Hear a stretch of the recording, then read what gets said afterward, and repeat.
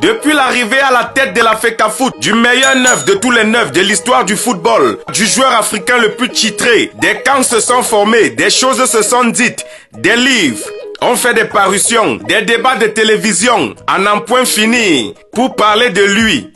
Beaucoup seront contre cet élément qui fait part de son bilan depuis son accession le 11 décembre 2021. Certains diront à l'issue de cela que son mandat actuel est semblable à la carrière de Grand Barak. Mais nous les Églisiens, nous allons vous faire part de ce qui a été fait. C'est parti. Subvention des clubs Elite One avant son arrivée, c'était de 11 millions de francs CFA. Avec lui, c'est monté à 48 millions de francs CFA. Subvention des clubs Elite 2 avant son arrivée, 7 millions. Sous le Grand Neuf, 14 millions. Prime du champion au championnat de première division. Avant le 9, 20 millions. Avec le 9, 50 millions. Vainqueur de la coupe avant le 9, 10 millions. Avec le 9, 25 millions.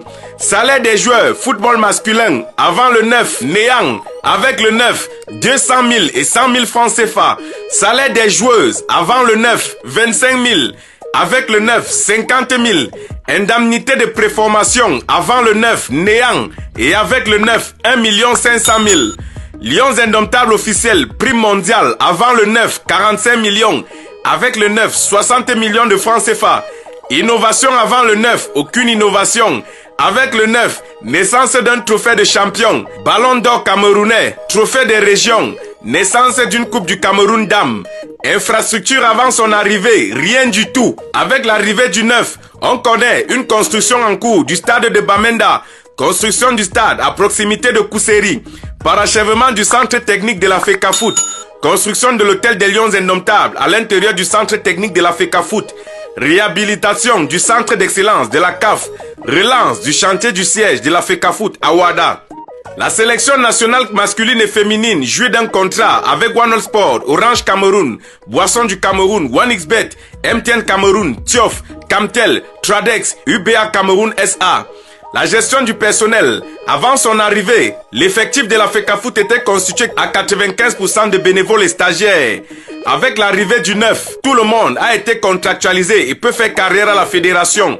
Relance de certains championnats qui avaient disparu, parmi lesquels la relance du championnat jeune, relance du futsal, relance du championnat corpo, institutionnalisation du test osseux. Avant Samuel Eto'o, des joueurs assez mûrs et propriétaires de plusieurs enfants dont même parfois eux-mêmes ne connaissaient pas l'existence, allaient jouer en catégorie des moins de 16 ans. Mais aujourd'hui, il est plus facile de voir un jeune de 17 ans qui joue avec les U17.